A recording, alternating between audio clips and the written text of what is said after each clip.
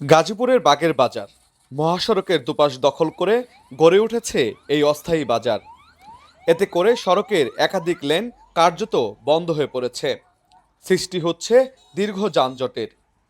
ঘন্টার পর ঘন্টা আটকে থাকতে হচ্ছে ময়মনসিংহগামীদের। রোডের উপরে দোকান থাকে, কাঁচামালের দোকানদারি করে আয় না জামডা বাজার, বুঝছেন? এনে 1.5 ঘন্টা 2 ঘন্টাও জায়গা সময় ছিল। বাজারের জাম তো আমরা আমাদের কোনো ধৈর্য শক্তি আছে, কিন্তু যাত্রীদের খুব দুর্ভোগিত। প্রতিদিনই বাজারে না, প্রতিদিন ওই যে আয়ে পুলিশ টিয়া লইতেছে, ওই যে টিয়া লইতেছে আয়ে পুলিশ, পুলিশের গাড়ি খারাপ, কিছু বলে না। দেওয়ার মতো কেউ নাই। এই একটা বাজার জয়না বাজার, মানে রাস্তার মাঝে, রাস্তার উপরে বাজার একটা গাড়ি যেতে পারে না। খুব ভোগান্তির রাস্তা। প্রচুর যানজট, বাজার তো বিরাট ডিস্টার্ব করে, ওটু ডিস্টার্ব করে, বাজারও ডিস্টার্ব। মহাসড়কের জায়গা দখল করে বাজার বসানো হলেও উপজেলা প্রশাসনের নিজস্ব কোনো জমি নেই এখানে।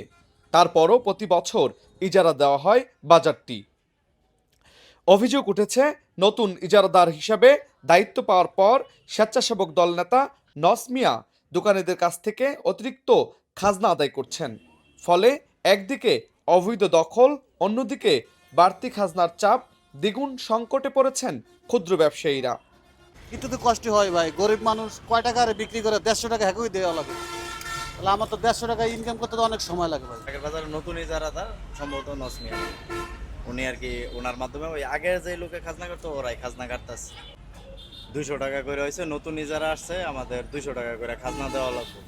পরবর্তীতে আমার বলতেছে যে যাই হোক আমাদের এলাকায় দোকানদারি করো, 50 টাকা কমে 150 টাকা দিও।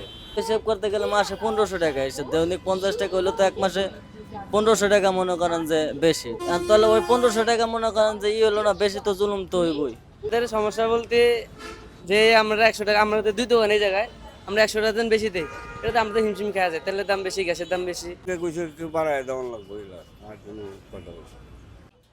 ইজারাদারের কাছে অতিরিক্ত খাজনা আদায়ের বিষয়ে জানতে কল দেওয়া হলে তিনি দূরে আছে বলে জানান, তবে সব অভিযোগ অস্বীকার করেন। ইজারাদারের বিরুদ্ধে অভিযোগ খতিয়ে দেখে প্রয়োজনীয় ব্যবস্থা নেওয়ার আশ্বাস দিয়েছেন গাজীপুর সদর উপজেলা নির্বাহী কর্মকর্তা। আমি বিষয়টি জানবো, অবশ্যই জানবো। আমরা আমাদের বিধি মোতাবেক পরবর্তী যে বিষয়গুলো আছে আমি জানবো, এবং এগুলো আসলে যদি কোনো অনিয়ম হয়ে থাকে সে অনুযায়ী আমরা অবশ্যই ব্যবস্থা নেব বিধি। সেই বিষয়টিও যেন মানুষের জনভোগান্তি কিভাবে লাঘব করা যায় বা মানুষকে জনভোগান্তি থেকে দূরে রাখা যায় সেটা নিয়েও আমরা কাজ করব। মহাসড়কের মতো গুরুত্বপূর্ণ সড়কে এমন অবৈধ বাজার ও খাজনা আদায় বন্ধে দ্রুত কার্যকর পদক্ষেপ চান ভুক্তভোগীরা।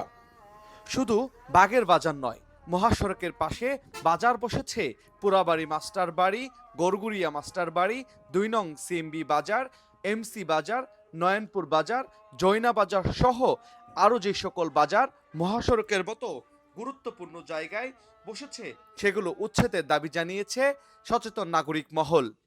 আরিফ খান আবির, চ্যানেল 9, গাজীপুর।